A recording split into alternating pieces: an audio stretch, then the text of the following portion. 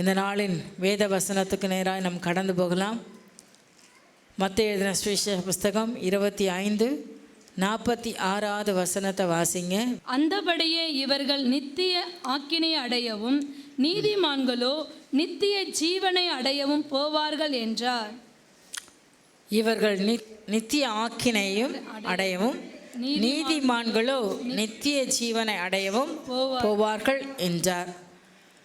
இந்த வசனத்தை இப்படியா தேவன் முடித்திருக்கிற அந்த பகுதி அதிகாரத்தை, ஒரு சில கூட்டத்தை தேவன் நித்திய ஆக்கினைக்காகவும் ஒரு சில கூட்டத்தை நித்திய ஜீவனுக்காகவும் தேவன் பிரித்து வச்சிருக்கிறார். அல்லேலூயா, அல்லேலூயா.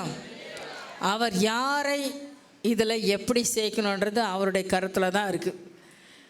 உண்மையாகவே தேவச்சனமே, நித்திய ஆக்கினை என்பது மனிதர்களுக்காக கொடுக்கப்பட்டது அல்ல. அப்போ யாருக்காக நித்திய ஆக்கினைன்னு சொல்லி 41 வசனம் வாசிங்க. அப்பொழுது இடது பக்கத்தில் நிற்பவர்களை பார்த்து அவர், சபிக்கப்பட்டவர்களே, என்னை விட்டு பிசாசுக்காகவும் அவன் தூதர்களுக்காகவும் ஆயத்தம் பண்ணப்பட்டிருக்கிற நித்திய அக்கினியிலே போங்கள். ஆமாம், ஆக்சுவலாக பிசாசுக்காகவும் அவனுடைய தூதர்களுக்காகவும் தான் நித்திய ஆக்கினை என்பது உருவாக்கப்பட்டது.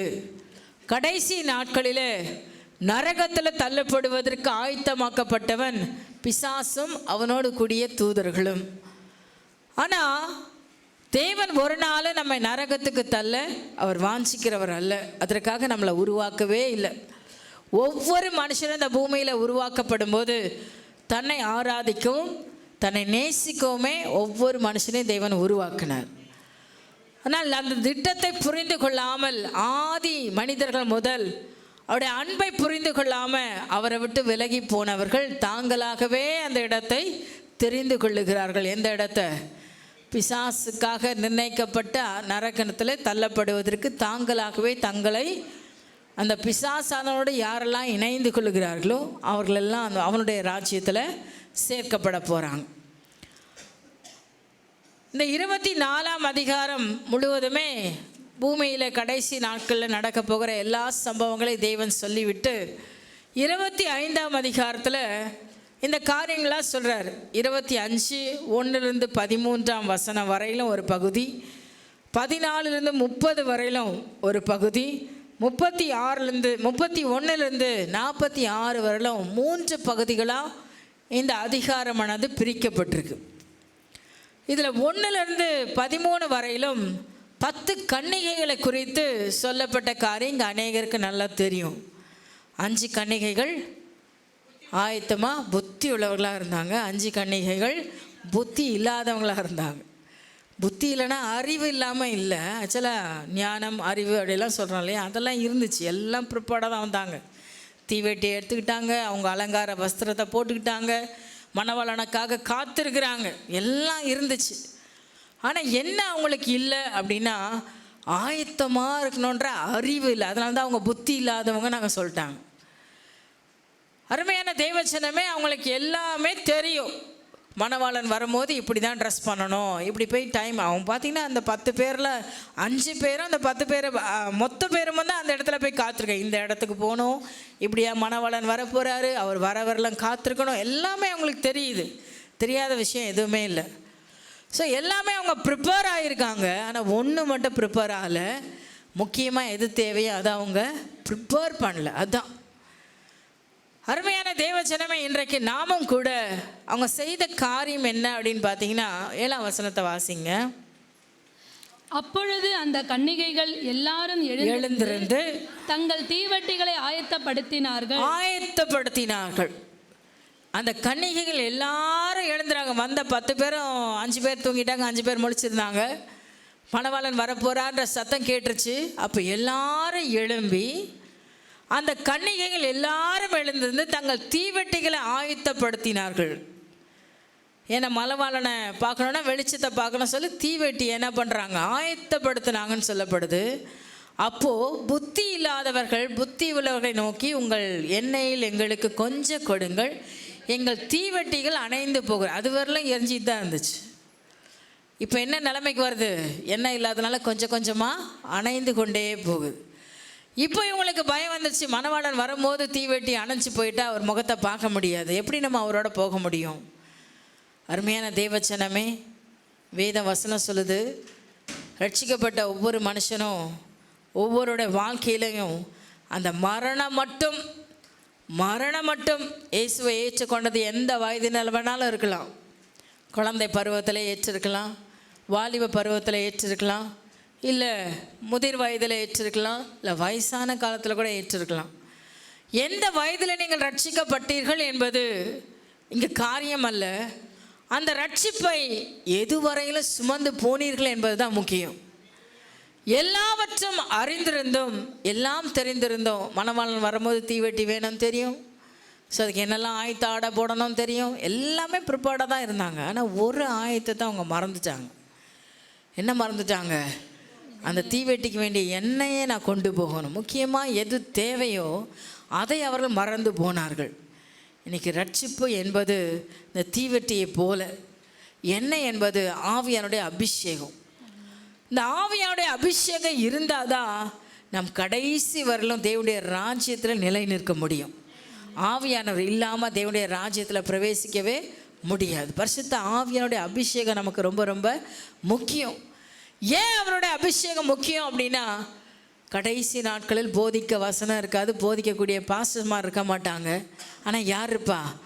சத்திய ஆவியாகிய அவர் உங்களை போதித்து சகல காரியங்களும் உங்களுக்கு அவர் போதித்து நடத்துவார்.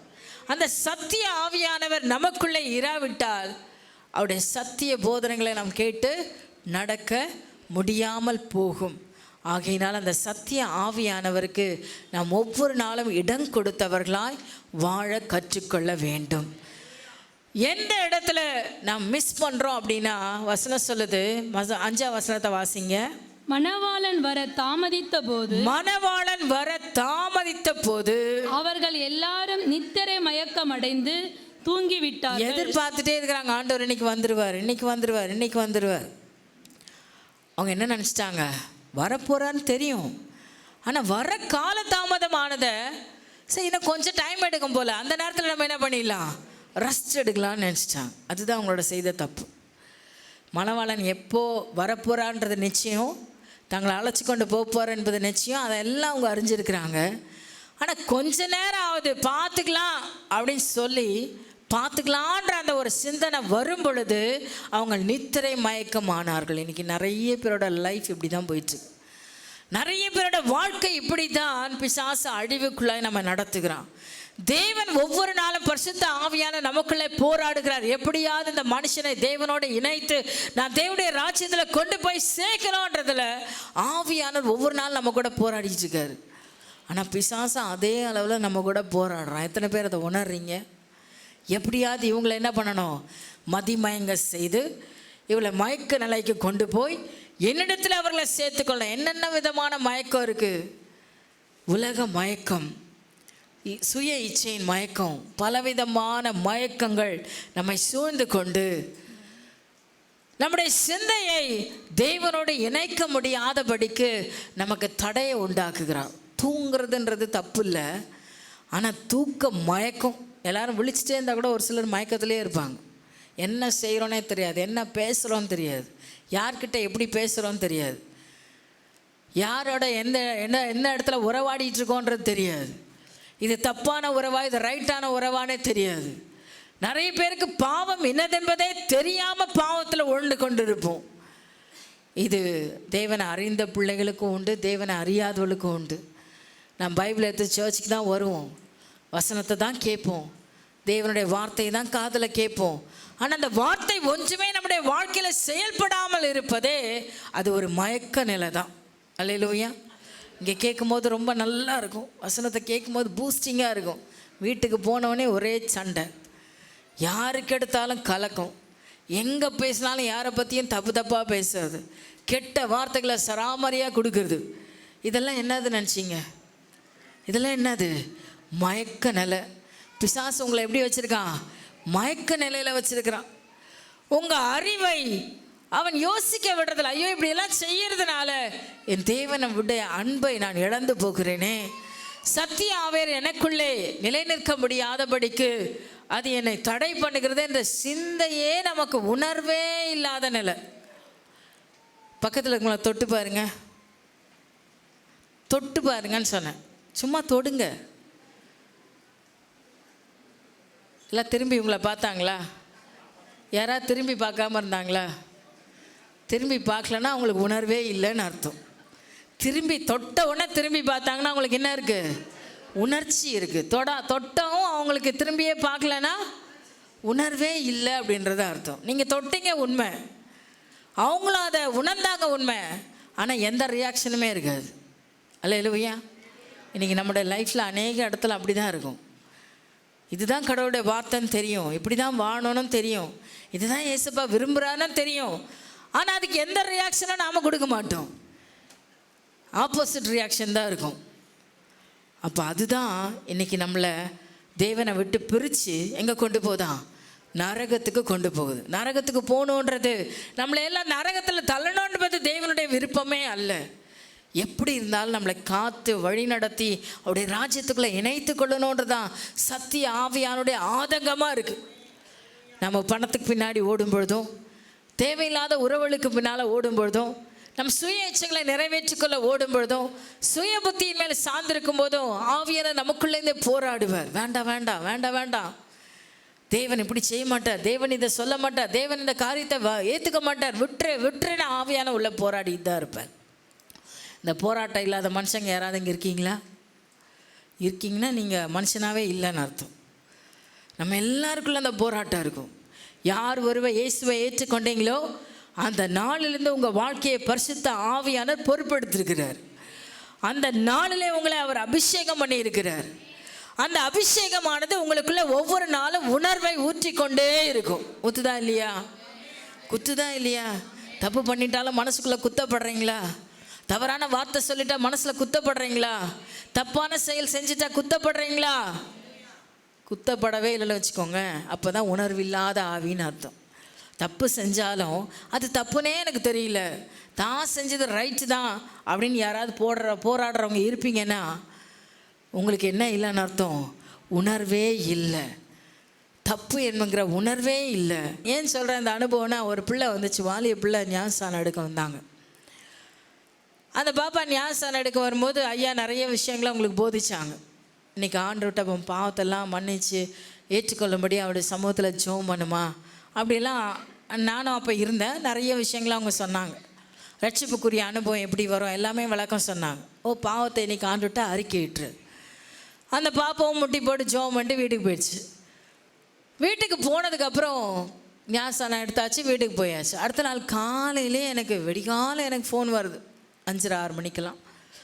அந்த பாப்பா தான் எனக்கு ஃபோன் பண்ணுது. ஃபோன் பண்ணி சொல்லுது, ஆண்டி நேற்று அங்கிள் சொல்லும் போது பாவத்தை விட்டுரு பாவத்தை விட்டுரு பாவத்தை விட்டுரு எனக்கு சொன்னார். எனக்கு சிரிப்பாக வந்துச்சு. நான் என்ன பாவம் செஞ்சேன்?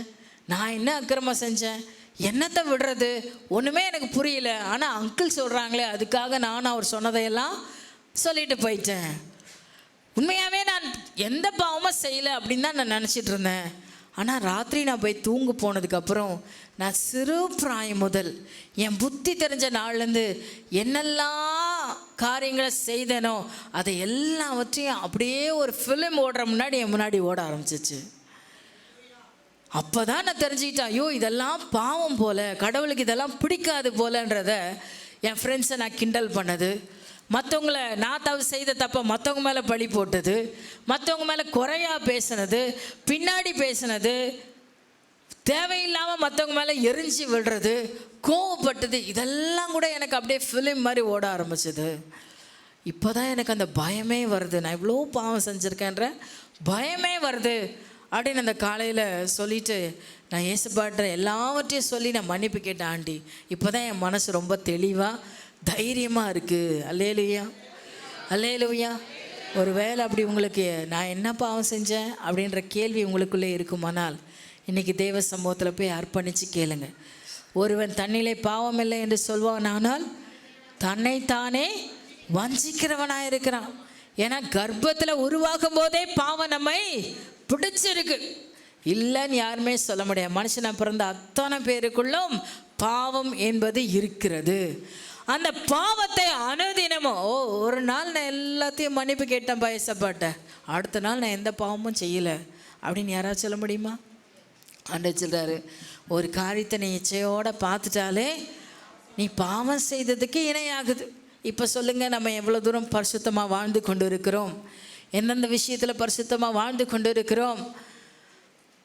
பவுல் சொல்லுகிறாரு, நான் அனுதினமும், ரட்சிப்பு என்பது ஒரே நாளிலே நடக்கிற சம்பவம் அல்ல, அனுதினமும் ரட்சிக்கப்பட வேண்டியவனாக இருக்கிற பவுலே சொல்கிறாருன்னா அப்போ நமக்கு எவ்வளோ தேவையாக இருக்குல்ல? அனுதினமும் ஒவ்வொரு நாளும் அவருடைய சமூகத்தில் நாம் பரிசுத்தத்தை காத்து கொள்வது மிக அவசியம். அல்லேலூயா. வேதம் சொல்லுது, அநேகர் பரிசுத்தமாக வாழ்ந்து தேவனுக்கு பயந்து நின்று நான் திக்கிறேன் என்று தைரியமாக இருப்பாங்களாம். ஆனால் வேதம் சொல்லுது, முந்தினோர் பிந்தினோர் முந்தினோராயும் மாறிடுவாங்களாம். நான் என் வாழ்க்கையின் காரியங்களில் பார்த்துருக்கேன். பரிசுத்தம் இல்லாமல் பாவியாக வருகிற மனுஷனை அப்படியே மாற்றி ஆண்டவர் ஊழியக்காரனாக எழுப்பி நிற்க வச்சிருவார். ஆனால் ஊழியத்தில் பழிட்டு விட்டப்பட்ட ஆளுகள்லாம் பின்னாடி என்ன ஆகிடுது?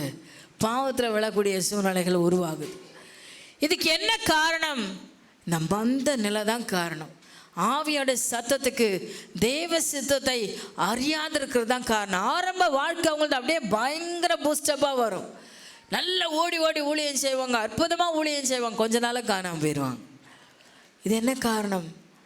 அருமையான தெய்வஜனம், இன்னைக்கு நம்முடைய வாழ்க்கையில் இந்த மந்த நிலையை நாம் அழிக்கணும். பிசாசு நம்ம கொடுக்குற இந்த மந்த நிலை, கர்த்தருக்காக நம்ம எழும்பணும்னா தொடர்ந்து ஓடணும். கர்த்தருடைய ராஜ்யத்தில் நிலை நிற்பது என்பது இன்னைக்கு சாதாரண ஒரு உலக வேலைக்கு போனோன்னா கூட எவ்வளோ தகுதி நம்மளை கேட்குறாங்க இல்லையா? எத்தனையோ காரியங்களை நம்மகிட்ட எதிர்பார்க்குறாங்க. பரலோகம் நம்மை சும்மா ஏற்றுக்கொள்ளாத தெய்வஜனமே. அதற்கென்று நாம் ஒவ்வொரு நாளும் நம்ம ஆயத்தமாயிட்டே இருக்கணும். நம்மை நாமே உருவாக்கி கொண்டே இருக்கணும். இங்கே சொல்லுது, 10வது வசனத்தை வாசிங்க. அப்படியே அவர்கள் வாங்க போன போது மணவாளன் வந்து விட்டார். ஆயத்தமாய் இருந்தவர்கள் அவரோடு கூட கல்யாண வீட்டுக்குள் பிரவேசித்தாங்க. கதவும் அடைக்கப்பட்டது. அவ்வளவுதான், முடிஞ்சிடும். அதுக்கப்புறம் போய் தட்டி கூப்பிட்டாலும் ஆண்டவர் சொல்றாரு, நீங்க வாசிங்களா? அதுக்கப்புறம் 12வது வசனம், அதற்கு அவர் உங்களை அறியேன் என்று மெய்யாகவே உங்களுக்கு சொல்லுகிறேன். ஆண்டவர் பேசுகிற சத்தத்தை கேட்குற தூரத்தில் தான் அவங்க இருக்காங்க. கதவு ஒன்று தான் அவங்க நடுவில் இருக்கு இல்லைங்களா?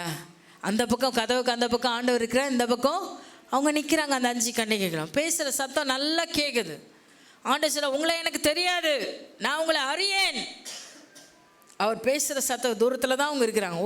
ஒரு கொஞ்சம் டிஸ்டன்ஸ் தான், ஜஸ்ட் மிஸ்ன்னு சொல்கிறோம் பாருங்க, கொஞ்சம் டிஸ்டன்ஸ் தான். இழந்தது திரும்ப வருமா? இன்றைக்கி உங்களுடைய வாழ்க்கையை நம்ம எவ்வளோ ஜாக்கிரதையாக இருக்கணும். விழித்திருங்கள். அதுக்கப்புறம் 13வது வசனம் சொல்லுது, வரும் நாளையாவது நீங்கள் அறியாதிருக்கிறபடியால் விழித்திருங்கள். என்ன பண்ணுங்க? விழித்திருங்கள். நாம் விழுந்து போகாதபடிக்கு எச்சரிக்கையாக இருக்கணும். நான் நிற்கிறேன் என்று சொல்லுகிறவன் விழுந்து போகாதபடி எச்சரிக்கையாக இருக்கணும். அதனால் எந்த நிலையிலும் பிசாசு நம்மை விழத்தள்ளுறதுக்கு அவன் ஜாக்கிரதையாக இருக்கிறான். அப்போ நாம் அவனை விட நாம் ஜாக்கிரதையாக இருந்து தேவ ராஜ்யத்தை பற்றி கொள்வதில் நாம் கவனமாக இருக்கணும். அல்லேலூயா. அப்படி கவனத்தோடு ஆயத்தத்தோடு இருக்கிற ஒவ்வொருவரையும் தம்முடைய ராஜ்யத்தில் தேவன் சேர்த்து கொள்ளுவார். அல்லேலூயா. ஆண்டவர் உங்களை ரொம்ப எதிர்பார்க்கிறார். இங்கே இருக்கிற ஒருவரையும் அவர் விட்டு கொடுக்க அவர் விரும்பலை, ஒருவரை இழக்க அவர் விரும்பலை. இங்கே இருக்கிற ஒவ்வொருவரும் அவருடைய ராஜ்யத்தில் சேர்க்கப்பட வேண்டும் என்பதில் அவர் ஆசையாக இருக்கிறார். எத்தனை பேர் ஆமேன்னு சொல்வீங்க? அந்த ராஜ்யத்தில் இணைந்து கொள்ள நீங்கள் எத்தனை பேர் உங்களை விட்டு கொடுக்க போகிறீங்க? அல்லேலூயா. எல்லாவற்றை காட்டிலும் யார் அவருக்கு முதலிடம் கொடுத்து அவருடைய ராஜ்யத்தின் மகிமையை சரியாய் புரிந்து, எனக்கு ஒன்றும் புரியல, ஓடி நல்லா படிக்கணும், நல்லா சம்பாதிக்கணும், நல்ல பணம் சேர்க்கணும், ஓடி உழைச்சி ஒரு 65 வயசுக்கு மேலே பார்த்தீங்கன்னா செய்கிற காரியம் என்னவாக இருக்கும்? எல்லாம் சம்பாதிச்சாச்சு, வீடு கட்டியாச்சு, பிள்ளைங்களெல்லாம் படிக்க வச்சாச்சு, கல்யாணம் பண்ணியாச்சு, குழந்தை குட்டி வந்தாச்சு, பேர பிள்ளைங்களாம் வந்தாச்சு, அவங்களுக்கும் கல்யாணம் பண்ணியாச்சு. 65 வயசு ஆயிடுச்சு, 70 வயசு ஆயிடுச்சு. அப்போ அந்த கடைசி மனுஷனோட நிலைமை என்ன? அப்போ தான் அவங்களுக்கு என்ன தோணும்? வாழ்க்கையை திரும்பி பார்த்தா வெறுமையாக இருக்கும். என்ன நம்ம சாதிச்சோன்றது வெறுமையாக இருக்கும். நான் நிறைய பார்த்துருக்கேன். நான் வயசானவங்க தான் கையில் பைபிளும் கையுமா வச்சுன்னு தெரிஞ்சு நிற்பாங்க. அல்லேலூயா. வயசான காலத்தில் தான் வாலிப பிள்ளைங்க கையில் பைபிள் பார்க்க முடியாது. வயசான காலத்தில் என்ன பண்ணுவாங்க? சிஸ்டமேட்டிக்காக பைபிள். ஏன்னா அப்போ ஒரு வேலையும் செய்யறதுக்கு கிடையாது, ஒரு வேலையும் செய்ய. அதனால் அப்போ என்ன தான் செஞ்சு நிற்பாங்க? பைபிள் எடுத்து வாசிப்பாங்க. ஆனால் இப்போ இருக்கிற வயசானவங்க அதை கூட எடுக்க மாட்டேங்கிறாங்க. அவங்களுக்கு அதை விட டிவி சீரியல் முக்கியமாக இருக்குது. டிவி சீரியலில் ஒன்று கூட பாக்கி விடுறதில்ல. எல்லா காலையில் சாயங்காலம் 5 மணிக்கு ஓப்பன் பண்ணால் டிவி ராத்திரி 12 மணி வரையில் ஓடுது. கேளுங்களா, வீட்டில் எங்கள் பாட்டியம்மா பார்த்துனே இருப்பாங்க, எங்கள் வீட்டில் இருக்கிற அம்மா பார்ப்பாங்க, எங்கள் மாமியார் பார்ப்பாங்க, நாங்கள் பார்க்குறதே இல்லை. அல்லேலூயா, அல்லேலூயா சொல்லுங்கள். அருமையான தெய்வச்சனமே, கர்த்தர் வருமளவும் நீங்கள் விழிப்பாக இருந்து உங்களை தேவனுடைய ராஜ்யத்துக்குள்ளாக இணைத்துக்கொள்ள நீங்கள் விழிப்பாக இருக்கணும், ஆயத்தமாக இருக்கணும். ஆயத்தம் உங்களுக்குள்ளே எப்படி உண்டாகும்? எப்படி ஒவ்வொரு நாள் நான் என்ன ப்ரிப்பேர் பண்ணிக்கிறது? 10th எக்ஸாம் எழுதுன்னா எப்படி ப்ரிப்பேர் ஆகணும்? எப்படிப்பா ப்ரிப்பேர் ஆகணும்? ஆமாம், ஸ்டார்டிங்லேருந்து படிக்கணும். முதல் 9ஆம் கிளாஸ்லேயே இப்போல்லாம் படிக்க ஆரம்பிச்சிடறாங்க. ப்ரிப்பரேஷன் மார்ச் மாதம் எக்ஸாமுக்கு எப்போ ப்ரிப்பேர் ஆகுறாங்க? அவங்க ஒரு வருஷத்துக்கு முன்னாடியே 9ஆம் கிளாஸ் படிக்கும் போதே ஆஃப் இயர்லி எக்ஸாம்லேருந்தே அவங்களுக்கு ப்ரிப்பரேஷன் ஆரம்பிச்சிடும். 10th கிளாஸ் நடத்த ஆரம்பிச்சிருவாங்க. ஒரு வேலைக்கு போகணுன்னா ப்ரிப்பரேஷன் எப்போ ஸ்டார்ட் பண்ணணும்? கவர்மெண்ட் ஜாப் போனால் நேற்று தான் பார்த்த ஒரு ஆடு 6 மாதம் அதுக்கு ட்ரைனிங் கொடுக்குறானா கவர்மெண்ட். 6 மாதம் ப்ரிப்பேர் பண்ணி தான் ஒரு கவர்மெண்ட் ஜாப்குள்ளே போக முடியும் அப்படிங்கிறான். அப்போல்லாம் அப்படி கிடையாது. எழுதி போட்டால் தகுதி இருந்தால் வேலை கிடைக்கும். இப்போ ஒரு வேலைக்குள்ளே போகணுன்னா கூட அவங்க எத்தனையோ ரவுண்டு, 12 ரவுண்டு அவங்க உட்காந்து ஒரு மனுஷனை அலசி ஆராய்ஞ்சு தான் உள்ளே எடுக்கிறாங்க. அப்போ பரலோகம் நம்ம ஈஸியாக சேர்த்துக்காது இல்லை. பரலோக ராஜ்யத்தில் சேர்றது ஈஸியாக இருக்கும்னு நினைக்கிறீங்களா? பரலோக ராஜ்யமானது உங்கள் மத்தியிலே பலவந்தம் பண்ணப்படுகிறது. பரலோக ராஜ்யம் உங்கள் மத்தியிலே பலவந்தம் பண்ணப்படுகிறது. நீங்கள் தேவ ராஜ்யத்துக்கு தேவை. பரலோக ராஜ்யம் உங்களை தேடுது. எத்தனை பேர் உங்களை நீங்கள் ப்ரிப்பேர் பண்ணிக்க போகிறீங்க? நீங்கள் உலகம், பணம் போயிடுது, பொருள் போயிடுது, இது போயிடுது, அது போயிடுதுன்னு அன்பை இழந்து சண்டையும் சச்சரவும் ஒவ்வொரு குடும்பத்தில் சமாதானம் போய் எல்லா காரியத்திலும் கர்த்தர் உங்கள் கூட இருக்கிற, அதை மறந்துடாதீங்க. அல்லேலூயா. தேவன் உங்கள் எல்லா காரியத்தையும் பொறுப்பெடுக்க அவர் போதுமானவராக இருக்கிறார். ஒவ்வொரு நாள் குடும்பத்தில் ஏதோ ஒரு காரணத்தை வச்சு நீங்கள் சண்டை போட்டுகிட்டே இருக்கீங்க வச்சுக்கோங்களேன். அந்த இடத்துல யார் தான் குடியிருப்பா? யார் தான் குடியிருப்பா? எந்த சத்ரு? உன் மாமியார் என்கிற சத்ரு, உங்கள் நாத்தனார் என்கிற சத்ரு, இல்லை மச்சான், மூத்தார், யாரோ ஒருத்தர். அவங்கள வச்சு பிசாசு என்ன பண்ணுறான்? உங்களை அழிக்க பிளான் பண்ணுறான். நீங்கள் ஜாக்கிரதையாயிடணும். சமாதானம் பண்ணுகிறவர்கள் பாக்கியவான்கள். சமாதானத்தின் தேவன் உங்களோடு கூட இருப்பார். சமாதானம் பண்ணுகிறவர்கள் பாக்கியவான்கள், தேவனுடைய புத்திரர் எனப்படுவார்கள். அல்லேலூயா. சமாதானத்துக்கு ஏதுவான காரியங்களை நீங்கள் செய்தால்தான் தேவனுடைய புத்திரராக இருக்க முடியும். அல்லேலூயா. தேவனுடைய புத்திரர்கள் தான் தேவராஜ்யத்துக்கு போக முடியும். இன்றைக்கி முடிவு பண்ணுங்க. இன்றைக்கி உங்கள் நிமித்தமாக குடும்பத்தில் சண்டை வருதா? உங்கள் வார்த்தையினால் எத்தனை பேருக்கு வேதனை வருது? உங்கள் வார்த்தையினால் எத்தனை பேருக்கு பிரச்சனை உண்டாது? நீங்கள் சொல்கிற அசால்ட்டாக சொல்லிட்டு போகிற ஒரு வார்த்தையினால கம்பெனியில் எத்தனை பேருக்கு குழப்பத்தை உண்டாக்கிட்டுருக்கோம்? நம்ம வேலை செய்கிற இடத்துல எத்தனை பேர் மனநோவை உண்டாக்கிட்டுருக்கோம்? உங்கள் முகத்தை பார்க்கவே வேதனைப்படுறவங்க எத்தனை பேர் நம்மளை சுற்றி இருக்கிறாங்க, உங்களுக்கே தெரியாது. அந்த மாதிரி செய்கிற ஆளுங்களுக்கு தங்களுக்கே தெரியாது நம்ம என்ன பண்ணிகிட்ருக்கோன்றது.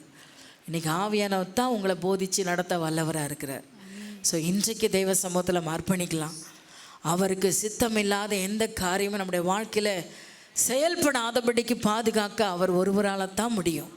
நம்ம பேசுகிற வார்த்தையை பாதுகாக்க முடியும், நம்ம பார்க்குற பார்வையை பாதுகாக்க முடியும், நம்ம நடக்கிற நடையை பாதுகாக்க முடியும், நம்ம செய்கிற செயலை அவரால் பாதுகாக்க முடியும். அல்லேலூயா.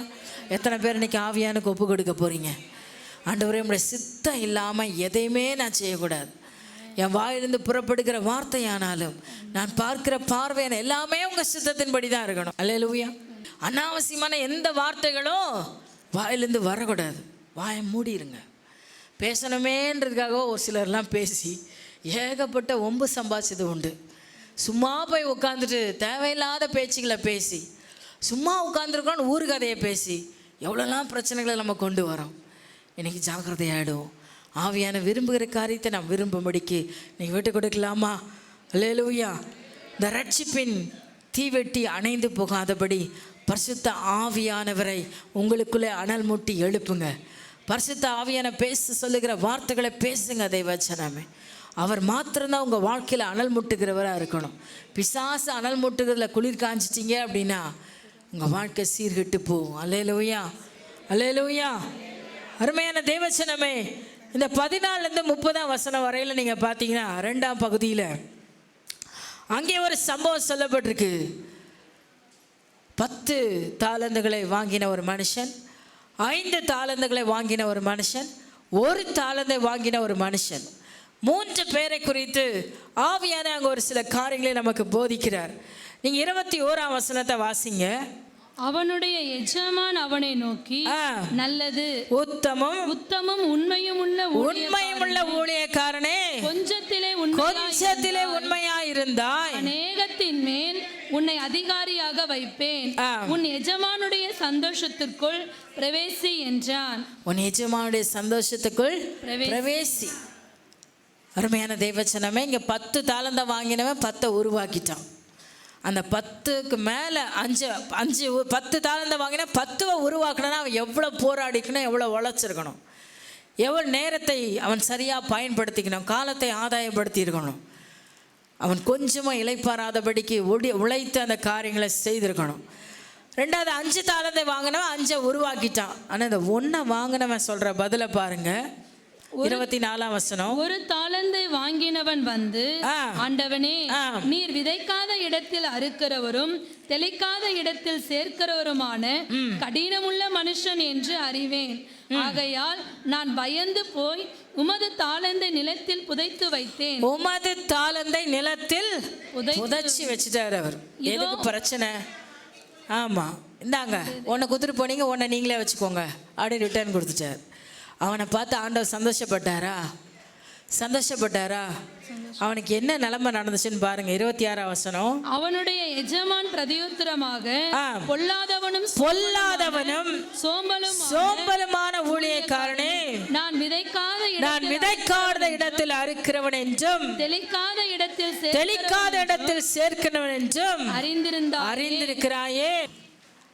அவனுக்கு கடைசி முடிவு என்ன நீங்க பார்த்தீங்கன்னா, வாசிங்க 30ஆம் வசனம்.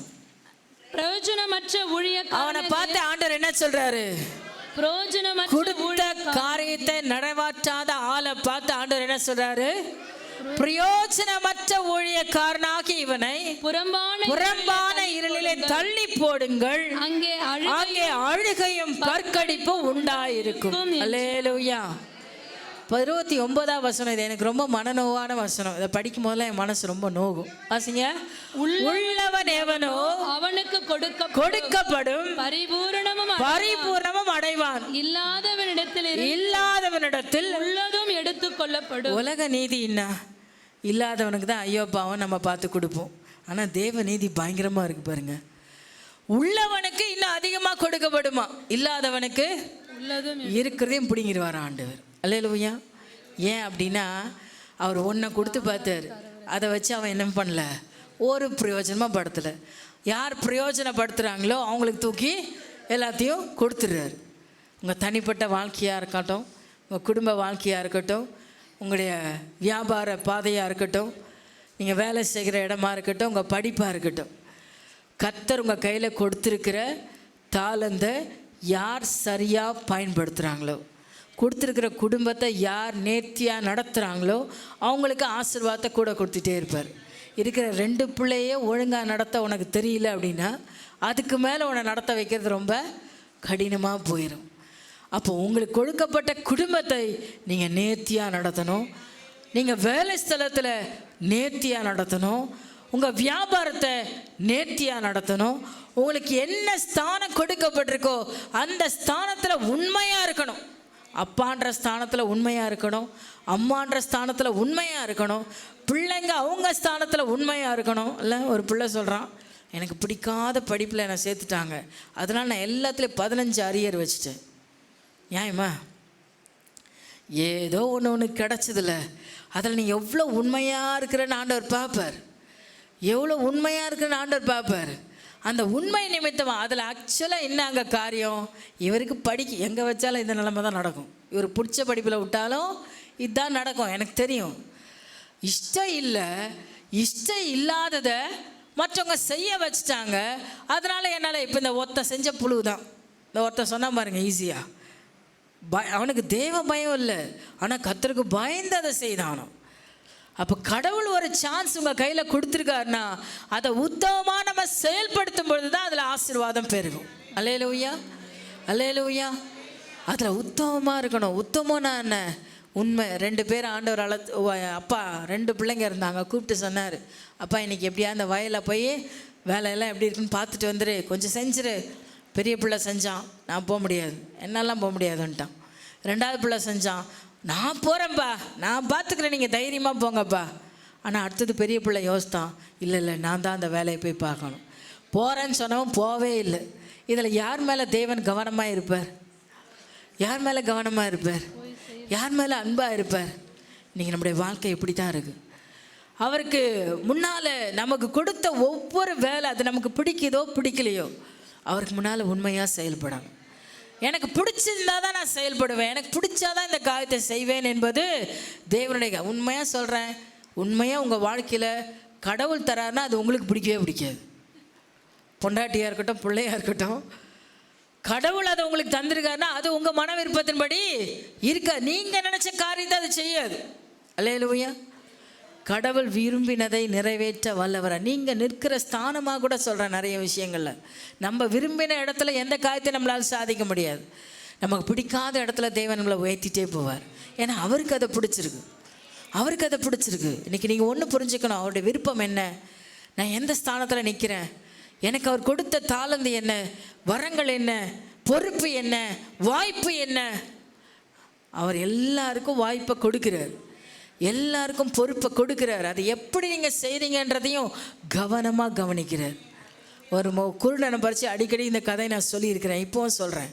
நிறைய நேரம் வாய்ப்புகள் நம்ம தேடி வருது, நாம் அதை சரியாக பயன்படுத்திக்கல அப்படின்னா அந்த வாய்ப்பு நம்ம கையை விட்டு போயிடும். அதை செயல்படுத்துகிறவன் இன்னும் நம்மளை விட்டு போனதுக்கப்புறம் நம்ம அதில் வருத்தப்பட்டு பிரயோஜனமே இல்லை. ஒரு குருடாக இருந்தானா, அந்த குருடை என்ன பண்ணானா, ரொம்ப கஷ்டப்பட்டு ஜீவனம் பண்ணுறத என்னை போல் ஒரு ஊழியக்கார் பார்த்துட்டே இருந்தார். அப்போ டெய்லி அந்த குருடனுக்காக செபிக்காம, பாவம் ரொம்ப கஷ்டப்படுறான் ஆண்டவரே, ஏதாவது நீங்கள் உதவி செய்யலாம்ல, ஏதாவது நீங்கள் நன்மை செய்யலாம்ல. ஆண்டவர் சொன்னாரப்பா, நீ டெய்லி என்கிட்ட கேட்டு நீ தொந்தரவு பண்ணுற, அந்த குருடனுக்கு நான் நன்மை செய்கிறேன், ஆனால் அவன் என்ன செய்கிறான் நீ கொஞ்சம் கவனித்து பாரு அப்படின்னு சொன்னாரான். சரி, இவர் அப்படியே பார்த்துட்டே இருந்தாராம். அந்த குருடன் அப்படியே ரோடு ஓரமாக வரும்போது ஒரு 10 அடி தாண்டி ஒரு நல்ல தங்க மூட்டை, தங்க காசுகள் உள்ள ஒரு பெரிய மூட்டையை அங்கே போட்டு வச்சுட்டாரான் ஆண்டு. அப்போ ஆண்டு சொன்னா, இந்த காசை கண்டி அவன் பார்த்து எடுத்துட்டானா அவன் வாழ்க்கை ஃபுல்லாக நிம்மதியாக உட்காந்து சாப்பிட்லாம்ப்பா, ஆனால் நீ அவன் என்ன பண்ணுறான்னு பார்த்துட்டே இரு அப்படின்னு. அந்த குருடன் அப்படியே தடவிட்டே வந்தானா. கொஞ்சம் தூரம் வந்தவொடனே ஆண்டவர் அவன் கண்களை திறந்துட்டார். பார்க்க இப்போ கண்ணு தெரிஞ்சிச்சு, ஒரே சந்தோஷம். இவனுக்கு இதனை பிறவி குருடை, பிறந்ததுலேருந்து இந்த உலகத்தை பார்க்கல, மகிழ்ச்சி தாங்க முடியல, குதிக்கிறான், ஆடுறான், பாடுறான், சந்தோஷம் களி கூறுறான். கொஞ்ச தூரம் நடந்து வந்தான். இப்போ இவனுக்கு பயம் பிடிச்சிச்சு. இத்தனை நாள் நம்ம எப்படி சாப்பிட்டோம், கண்ணு தெரியாத கை நீட்டினா யார் வேணாலும் காசு கொடுத்துட்டாங்க. இப்போ எனக்கு கண்ணு தெரிஞ்சிச்சு, இது எல்லாருக்கும் தெரிஞ்சால் என்ன பண்ணுவாங்க, எனக்கு யாரும் காசு கொடுக்க மாட்டாங்க, அதனால் நான் என்ன பண்ணலாம், திரும்பி கண்ணு தெரியாத மாதிரி நடிச்சிட்டு போயிடலாம் அப்படின்னு நினச்சான். அப்படி நடிச்சுக்கிட்டே வரும்போது அந்த புதையில தாண்டி போயிட்டான். தாண்டி போனதுக்கப்புறம் இவன் யோசிச்சான், ஐயோ கண்ணு தெரிஞ்சதுக்கப்புறம் தெரியாத மாதிரி நடிக்கிறது ரொம்ப கஷ்டமாக இருக்குது, கஷ்டப்பட்டு ஏதாவது ஒரு வேலையை செஞ்சு கூட சாப்பிட்டு வாழ்ந்துடலாம். இது யார் தப்பு? இதில் கடவுள் ஏதாவது தப்பு செஞ்சாரா? ஜெபிக்கிற ஊழியக்காரர் ஏதாவது தப்பு செஞ்சாரா? அல்லேலூயா, அல்லேலூயா. இன்றைக்கி நம்முடைய கடவுள் கொடுக்குற வாய்ப்புகள் எப்பவுமே நமக்காக வாய்ப்புகள் காத்திருக்காது. நமக்குன்னு ஆண்டவர் திறக்கும் வாசலை சரியாக நாம் தான் கண்டுபிடிச்சி என்ன பண்ணோம், பயன்படுத்திக்கணும். உங்களுக்கு தேவன் கொடுத்திருக்கிற பொறுப்புகளை நீங்கள் தான் சரியாக கவனிச்சுக்கணும். கவனமாக இருங்க. ஏனோ தானான ஒரு வாழ்க்கை வாழாதீங்க தேவச்சனமே. வாழிய பிள்ளைங்க, இதுதான் சான்ஸு. இப்போ தான் படிக்கிற வயசு. அப்பா அம்மா கஷ்டப்பட்டு உங்களை படிக்க வைக்கிறாங்க. படித்து உங்கள் வாழ்க்கையை இப்போ முன்னேற்றி கொள்ளுங்க. ஆமாம் தானே? அதுக்கப்புறம் யாரும் 25 வயசு ஆகிட்டதுக்கப்புறம் யாரும் பல சொல்ல பண்ண மாட்டாங்க. நீ போய் கஷ்டப்பட்டு நீயே படிச்சுக்கோம் போகிறாங்க. இந்த சான்ஸை நீங்கள் பயன்படுத்திக்கணும். காலத்தை ஆதாயப்படுத்தி கொள்ளணும். ஒவ்வொருவரும் உங்களுக்குன்னு தேவன் கொடுத்துருக்கிற இந்த சூழ்நிலை, நல்ல குடும்பத்தில் நீங்கள் இருக்கிறீங்க. அப்பா அம்மா கஷ்டப்பட்டு உங்களை எல்லாத்துலேயும் படிக்க வைக்கிறாங்க. அதை எத்தனை பேர் உணர்றீங்க? எங்கள் அப்பா கஷ்டப்படுறாங்க எனக்காக, என் அம்மா கஷ்டப்படுறாங்க எனக்காக. நினைக்கிறீங்களா வாலிய பிள்ளைங்க? நினைக்கிறீங்களா? நினச்சி பாருங்க. நினச்சி பார்த்தீங்கன்னா நீங்கள் ஆசீர்வாதமாக இருப்பீங்க. என்னத்தை நீ பெருசாக செஞ்சுட்ட? என்னத்தை நீ எனக்காக வச்சுட்ட? நீ எனக்காக என்ன சொத்து சேர்த்து வச்சுட்ட? தயவு செய்து இந்த கேள்வியை யாரும் கேட்டுறாதீங்க. நீங்கள் தான் சொல்கிறீங்க, அவங்க வாயிலேருந்து வரமாட்டேங்குது பாருங்க. உங்கள் அப்பா அம்மா உனக்காக சேர்த்து வச்சுருக்காங்க. நீயும் உன் சந்ததிக்காக என்ன சேர்த்து வச்சுருக்க? பாஸ்டம்மா போன வாரம் வாலிய பிள்ளைங்க கூட்டையில் சொல்லிட்டு இருந்தாங்க, ஃபாரின்லலாம் 15 வயசுக்கு மேலே எவனையும் வீட்டிலே வச்சுக்க மாட்டாங்களாம். வாலிய பொண்ணாக இருந்தாலும் சரி, பையனாக இருந்தாலும் சரி, வீட்டை விட்டு துரத்திடுவாங்க. அதுக்கப்புறம் நீ எப்படி சாப்பிட்ற, என்ன போட்டுக்கிற, எங்கே தங்குற, எதை பற்றியுமே அவங்க கவலைப்பட மாட்டாங்க. ஆனால் நம்ம ஊரில் இருக்கிற அப்பா அம்மா நீ பேரம்பேத்தி எடுக்கிற வரல உன்னை தாங்கினுக்கிறாங்க. எவ்வளோ கிரேட் பாருங்கள். நம்ம கொடுத்த தாயின் தகப்பனையும் கடைசி வரலும் நன்றி உள்ளவங்களாக பார்த்துக்கணும். நன்றி உள்ளவங்களாக அவங்களுக்கு இருக்கணும். அல்லேலூயா. என்ன பெரிய பிள்ளைங்கெல்லாம் கவனிக்கிறீங்களா? கல்யாணம் ஆனால் கூட உன் தேவையெல்லாம் அப்பா அம்மா சந்திச்சுட்டு இருக்காங்க. உன் பிள்ளைக்கு வேண்டியதை கூட அப்பா அம்மா சந்திக்கிறாங்க. எவ்வளோ நல்ல குடும்பத்தில் நம்ம வாழ்க்கப்பட்டிருக்கணும். இந்த குடும்பத்தில் போய் நான் பிறந்ததுக்காக நான் ரொம்ப வருத்தப்படுறேன் அப்படின்னு சொல்கிற ஆட்களாக இருக்காங்க. நான் இந்த வீட்டில் ஏன் பிறந்தேன்? உன் கஷ்டத்தை வாங்கி சாப்பிடாத பெற்றவங்க இருக்கிறாங்க. உன் கஷ்டத்தை வாங்கி சாப்பிடாத உன் அண்ணன் தம்பி இருக்கிறாங்க. அதுக்கு நீங்கள் நன்றி சொல்லி வாழணும். அல்லேலூயா, அல்லேலூயா. அருமையான தேவச்சனமே, உங்களுக்கு கொடுக்கப்பட்டிருக்கிற வாழ்க்கை, நீங்கள் பிறந்திருக்கிற வீடு உங்களுக்கென்று ஆசீர்வாதமாக கொடுக்கப்பட்டிருக்கு. அதில் யார் உண்மையாக நன்றி நினைக்கிறீங்களோ, யார் அதில் உத்தமமாக இருக்கிறீங்களோ, என்னை வாழ வச்ச இந்த குடும்பத்துக்கு நான் உத்தமமாக இருக்கணும், இந்த குடும்பத்துக்கு நான் நன்மை செய்யணும்னு ஆசைப்படுறீங்களோ, அவங்கள இன்னும் ஆண்டவர் ஆசீர்வதிப்பார். அல்லேலூயா. எனக்கு தெரிஞ்ச சில வாலிப பிள்ளைங்க உண்டு, வந்து பாரமாக பேசுவாங்க. என் குடும்பத்தை நான் தான் சுமக்கணும். அப்பா அம்மா இருப்பாங்க, எல்லாம் சம்பாதிப்பாங்க, ஆனால் அந்த பிள்ளைங்களுக்குள்ள அந்த பாரம் இருக்கும். நான் தான் என் குடும்பத்தை பார்த்துக்கணும். ஒரு சில வீட்டிலலாம் ஒரு பிள்ளைங்க இருந்தாவே சந்தோஷமாக இருக்கும். ஒரு சில பிள்ளைங்க எப்படா வெளியே தொலையோன்ற மாதிரி இருக்கும். அது பெற்றவங்களுக்கு தெரியும் அந்த அருமை என்னன்ட்டு. யார் குடும்ப பாரத்தை சுமக்கிறாங்களோ அந்த பிள்ளைங்க மேலே பெற்றவங்களோட அன்பு இருக்கும், கடவுளுடைய அன்பு அவங்க மேலே இருக்கும். நீங்கள் புரிந்து கொள்ளுங்க தெய்வச்சனமே. உங்களுக்கு கொடுக்கப்பட்ட பொறுப்பு எதுவானாலும் அதில் உண்மையும் உத்தமமாக நீங்கள் செயல்படுவீர்களானால் அதில் உங்களுக்கு பரிபூர்ண ஆசீர்வாதம் உண்டு. பரலோக ராஜ்யம் உங்களை தேடி கொண்டிருக்குது. அல்லேலூயா. ரோமருக்கு எழுதின நிருபம் 12ஆம் அதிகாரம் எடுத்துக்கொள்ளுங்க. ரோமர் 12ஆம் அதிகாரம். இங்கே ஆண்டவர் ஒவ்வொருவருக்கும் ஒவ்வொரு விதமான பொறுப்புகளை தேவன் வைத்திருக்கிறத நாம் பார்க்கிறோம். 4ஆம் வசனத்தில் வாசிங்க. ஏனெனில் நமக்கு ஒரே சரீரத்திலே அநேக அவயங்களாய் இருந்தும் எல்லா அவயவங்களுக்கும் ஒரே தொழில் இராதது போல அநேகராகிய நாமும் கிறிஸ்துவுக்குள் ஒரே சரீரமாய் இருக்க ஒருவருக்கொருவர் அவயவங்களாய் இருக்கிறோம். நமக்கு அருளப்பட்ட கிருபையின்படியே நாம் வெவ்வேறான வரங்கள் உள்ளவர்களானபடியினாலே நம்மில் தீர்க்கதரிசனம் சொல்லுகிற வரத்தை ஒரு சில நீங்க தீர்க்கதரிசியா இருக்கலாம். விசுவாச பிரமாணத்துக்கு ஏற்றதாய் சொல்ல கடவன். ஊழியம் செய்கிறவன் ஊழியத்திலும் போதிக்கிறதிலும்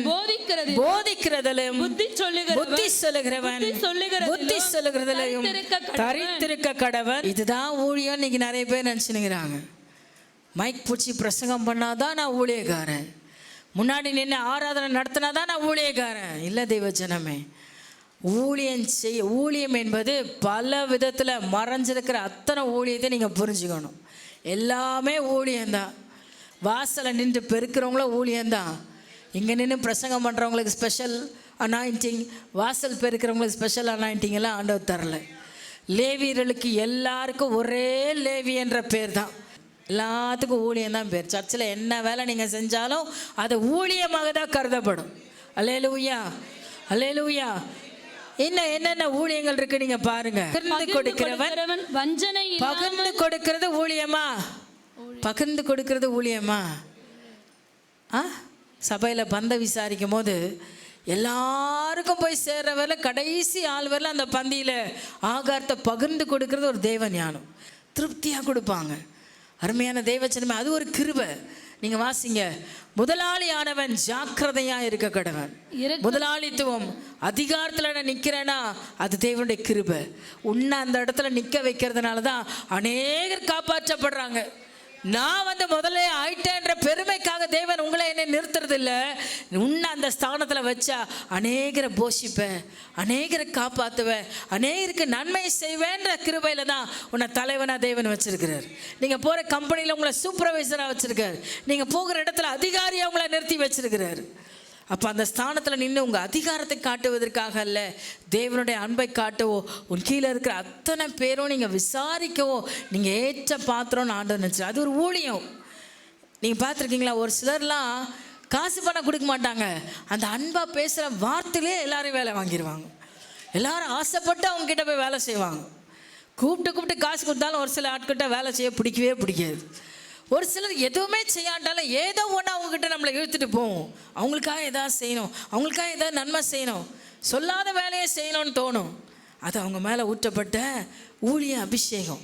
அருமையான தேவச்சனமே, கர்த்தர் உங்கள் மேலே அந்த அபிஷேகத்தை ஊற்றி வச்சிருக்கிற அந்த ஸ்தானத்தை நீங்கள் நிலைநிறுத்துங்க. வாசிங்க.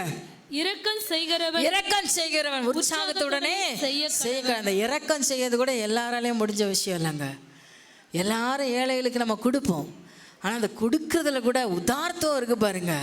அல்லேலூயா. நம்மலாம் கொடுத்தா 5-10 அடி கொடுப்போம், ஒரு சிலர்லாம் அள்ளி கொடுப்பாங்க. அந்த கொடுக்கறது மகா பெரிய ஊழியம். எல்லாருக்கும் அது வருதுன்றது பெரிய கிருபை. வந்துட்டா ரொம்ப சந்தோஷம், ஆனால் அது ஒரு ஊழியம். கர்த்தருக்கு நீங்கள் கொடுத்த ஒன்றையும் கூட அவர் தனக்காக வச்சுக்கவே மாட்டார். ஒரு கலசம் தண்ணீர் கொடுத்தால் அவருடைய பலன் உங்களுக்கு நிச்சயமாக உண்டு. விசுவாசிங்க. கர்த்தருக்காக நீங்கள் எதை செய்கிறீங்களோ அதுக்குடைய பிரதிபலன் உங்களுக்கு உண்டு. அல்லேலூயா. ஊழியத்தை கொடுக்கறதுனாலையும் ஊழியத்தில் பொறுப்பாக செய்கிறதுனாலையும் நீங்கள் ஒரு அடி நடந்து ஊழியம் செஞ்சீங்கனாலும் அதுக்குரிய பலன் உங்களுக்கு உண்டு. ஒரு ஆளுக்கு சுவிசேஷம் சொன்னீங்கனாலும் அதுக்குரிய பலன் உங்களுக்கு உண்டு. ஒரு குடும்பத்துக்கு நான் அன்றைய ஒரு அட்வைஸ் பண்ண முடியாது போனீங்க, ஒரு கவுன்சிலிங் கொடுக்க முடியாது போனீங்கனாலும் அதுக்குரிய பலன் உங்களுக்கு உண்டு. நீங்கள் மறந்துடாதீங்க. ஆண்டவர் சொல்கிறாரு, அவன் செய்கிற கிரியைகளுக்கு தக்க பலன் என்னோடு கூட வருதுன்றார். அடுத்தபடியாக பார்த்தீங்கன்னா 31 46 வசனம் வரையில் அங்கே நீங்கள் அந்த சம்பவத்தெல்லாம் நீங்கள் பார்த்தீங்கன்னா செம்மறி ஆடு வெள்ளை ஆடுன்னு ஒரு கூட்டத்தை ஆண்டவர் பிரித்து வைக்கிறார். செம்மறி ஆட்டு கூட்டம் எப்படிப்பட்டவங்க? 34 வசனத்தை வாசிங்க. அப்பொழுது ராஜா தமது வலது பக்கத்தில் நிற்பவர்களை பார்த்து, வாருங்கள், என் பிதாவினால் ஆசீர்வதிக்கப்பட்டவர்களே, உலகம் உண்டானது முதல் உங்களுக்காக ஆயத்தம் பண்ணப்பட்டிருக்கிற ராஜ்யத்தை சுதந்தரித்துக் கொள்ளுங்கள். ஆமா, ஒரு கூட்டத்தை பார்த்தார், பாதியா கூட்டத்தை பிரிச்சிட்டார். ஒரு கூட்டத்தை பார்த்து, வாங்க, என் பிதாவினால் ஆசீர்வதிக்கப்பட்டவங்களே, உங்களுக்காக உலகம் உண்டானது முதலே உங்களுக்காக என்ன ஆயத்தம் பண்ணப்பட்டிருக்கான்? ராஜ்யத்தை அவர் ஆயத்தம் பண்ணி இருக்கிறார். அல்லேலூயா, அல்லேலூயா. உலகம் உண்டான நாள் முதல் நமக்காக அவருடைய ராஜ்யம் ஆயத்தம் பண்ணப்பட்டிருக்கு. எத்தனை பேர் விசுவாசிக்கிறீங்க? அல்லேலூயா. அருமையான தேவச்சனமே, இங்கு இடது பக்கம் இருந்த ஜனங்களை பார்த்து என்னிடத்துல வாங்க அப்படின்னு ஆண்டவர் கூப்பிடுறார். வலது பக்கத்து ஜனங்கள் இல்லையா, செம்மறி ஆட்டுக்கூட்டம். இவங்க யாரு அப்படின்னு சொல்லி பார்த்தீங்கன்னா 37 வசனத்தை வாசிங்க.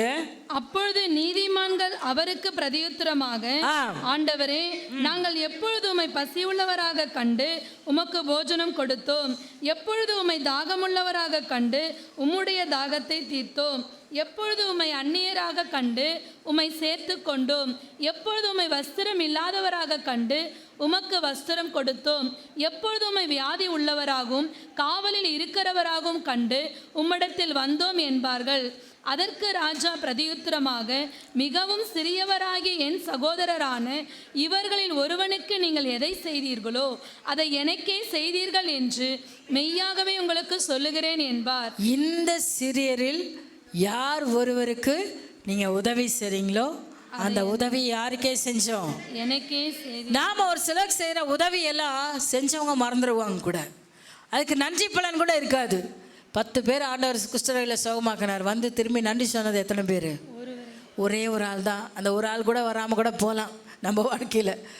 நாம் அதுக்காக என்ன பண்ண வேண்டாம், கவலைப்பட வேண்டாம். நாம் செய்த எல்லா உபகாரங்களையும் தேவன் என்ன பண்றாரா? நீங்க வாசிங்க, எபிரேயர் புஸ்தகம் 6ஆம் அதிகாரம் 10ஆம் வசனத்தை வாசிங்க. ஏனென்றால் உங்கள் கிரியையையும் நீங்கள் பரிசுத்தவான்களுக்கு ஊழியம் செய்ததினாலும் செய்து வருகிறதினாலும் தமது நாமத்திற்காக காண்பித்த அன்புள்ள பிரயாசத்தையும் மறந்து விடுவதற்கு, அன்புள்ள பிரயாசத்தை மறந்து விடுவதற்கு தேவன் அநீதி உள்ளவர் அல்லவே. எத்தனை பேருக்கு இந்த வசனம் மனசுல பதிய போகுது? தேவன் அநீதி உள்ளவர் அல்ல. நீங்க செய்யற ஒவ்வொரு உபகாரங்களையும் தேவன் என்ன பண்றாரு? மனசுல வச்சிருக்கிறார். யாருக்கு யாருக்கு எங்கெங்க எந்தெந்த விதத்துல உதவி செய்தீங்க, செய்த மனுஷர்கள் மறந்து போகலாம், ஆனா கர்த்தர் மறக்கவே மாட்டார். நீங்கள் செய்த சகலவற்றை அவர் தன்னுடைய ஜீவ புஸ்தகத்துல எழுதி வச்சிருக்கிறார். ஏற்ற நாள் அதுக்குரிய பிரதிபலன் உங்களுக்கு உண்டாகும். தேவச்சனமே, எந்த சிறியில் ஒருவனுக்கு நீங்கள் செய்த உதவி ஒவ்வொன்றையும் அவர் மறக்காதபடி அவருடைய பலனை நமக்கு கொடுக்கிறவராக இருக்கிறாரு. அதே சமயத்தில் நீங்கள் வாசிச்சிங்கன்னா இடது பக்கத்தில் பார்த்து அவர் சொல்கிறாரு, 41ஆம் வசனத்தை வாசிங்க. இடது பக்கத்து நிற்பவர்களை பார்த்து அவர் சபிக்கப்பட்டவர்களே. முதல்ல ஸ்டார்ட் பண்ணும்போது என்னன்னு சொல்கிறாரு? சபிக்கப்பட்ட. மற்றவர்களுக்கு உதவி செய்யாத ஆட்களை அவர் பார்த்தாருன்னா எப்படி சொல்லுவார்? சபிக்கப்பட்டவர்கள். நம்ம கீழே இருக்கிற மக்கள் நம்மகிட்ட உதவின்னு கேட்க வரும்போது அவங்கள உதாசீனம் பண்ணினா அவங்கள என்னவா அவர் நினைக்கிறாரு? சபிக்கப்பட்டவனா நினைக்கிறார். கொடுக்கிறவங்கள ஆசீர்வதிக்கப்பட்டவங்க. கொடுக்க மனதில்லாதவங்களாம் எப்படிப்பட்டவங்க? நல்லா சொல்லுங்க. ஒரு சிலர் கட்டின பொண்டாட்டிக்கு கொடுக்கறதே கண்ணீர் விட்டு கொடுக்குறாங்க, பிள்ளைங்களுக்கு செய்யறதுக்கு கண்ணீர் விட்டு கொடுக்குறாங்க.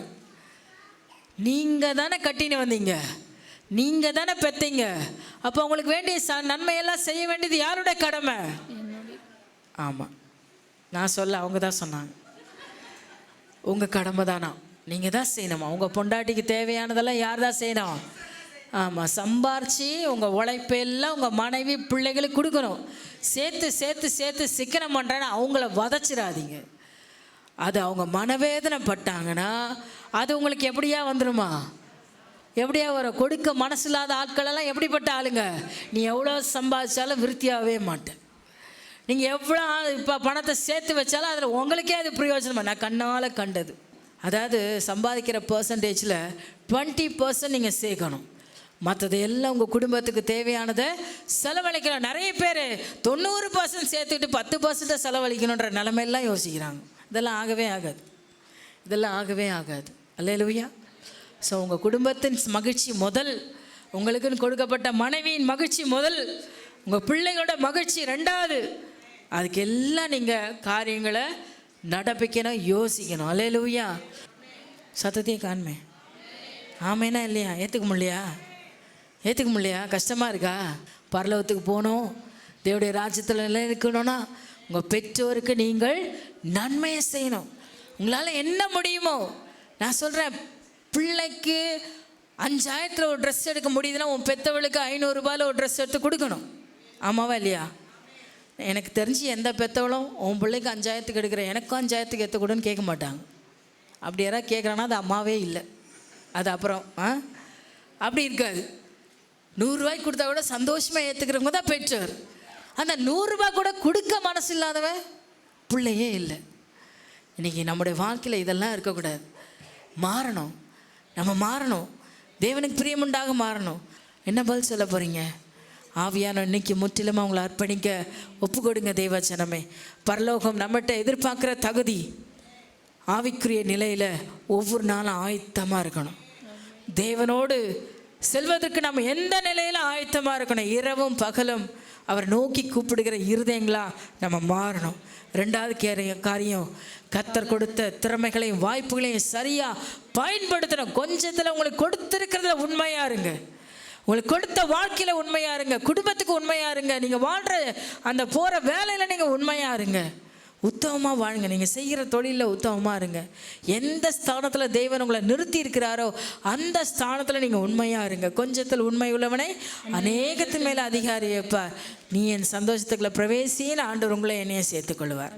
மூன்றாவது காரியம், உங்களால் முடிஞ்சவர்களும் மற்றவர்களுக்கு உதவியாக இருங்க.